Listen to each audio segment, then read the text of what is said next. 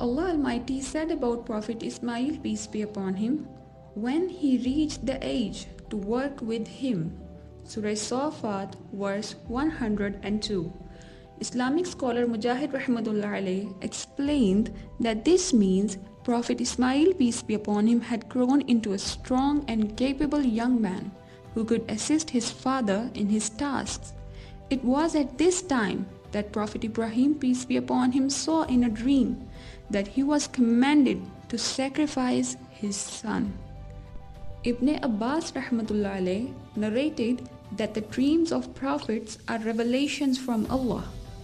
This was a great test for Prophet Ibrahim, peace be upon him, the friend of Allah, to see if he would be willing to sacrifice the beloved son who was granted to him in his old age.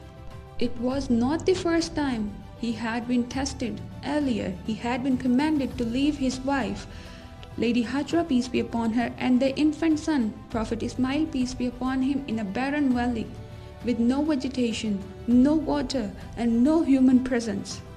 Prophet Ibrahim, peace be upon him, had obeyed this command without hesitation, entrusting them to Allah's care.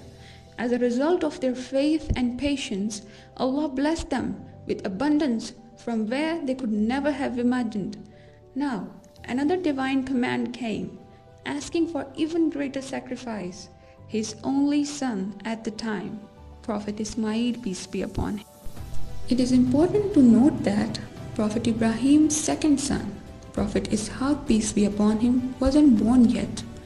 Historical reports suggest that Prophet Ishaq, peace be upon him, was born 12 or 13 years after Prophet Ismail, peace be upon him. Prophet Ibrahim loved his son dearly and often traveled back and forth on the Buraq to check on Ismail and his mother in Makkah. However, now he was faced with an immense trial. He had to convey this divine decree to his son and prepare him for what was to come. Here, the influence of Lady Hajrah, peace be upon her, on her son becomes evident. She must have raised him with the teachings of Tawheed and obedience to the Creator. She must have instilled in him unwavering faith and loyalty to his father. Prophet Ibrahim, peace be upon him, said to his son, "O my dear son, I have seen in a dream that I am sacrificing you. Now, see what you think about it." Surah Safat, verse 102. A son raised with faith and wisdom immediately replied, "O my father, do as you are commanded. You'll find me, if Allah wills, among the patient." Surah Safat, verse 102. This response was a profound example of devotion and submission, both to Allah and to his father. The credit for such a righteous upbringing also goes to his mother, Lady Hajrah, peace be upon her, who taught Prophet Ismail, peace be upon him, such obedience to his father.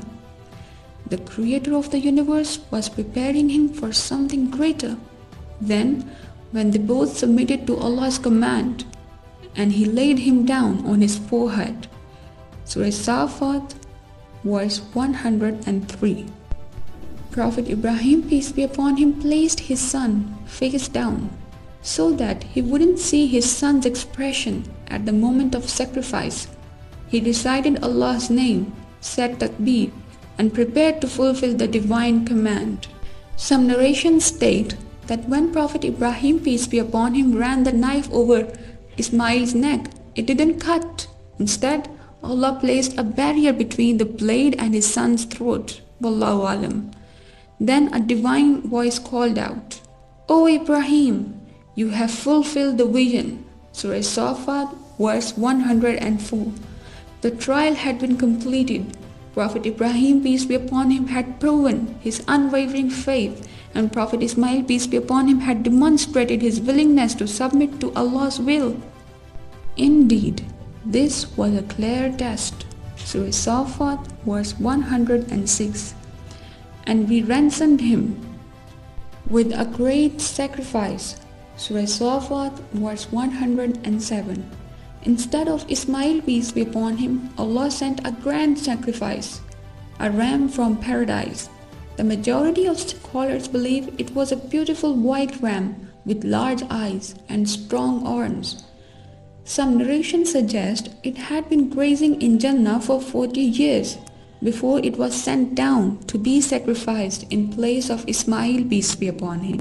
Allah honored this act of obedience by making it an everlasting practice for the Muslim Ummah. Every year on the 10th of Zulhijjah, those who can afford it are required to offer an animal in sacrifice, while the pilgrims perform the sacrifice in Mina during Hajj. This great tradition, the Sunnah of Prophet Ibrahim, peace be upon him, will continue until the end of time. After this test, Prophet Ismail, peace be upon him, grew up into a strong and noble man. But what happened next? How did his marriage shape the future of Makkah? And how did he and his father build the house of Allah? Stay tuned for the next chapter.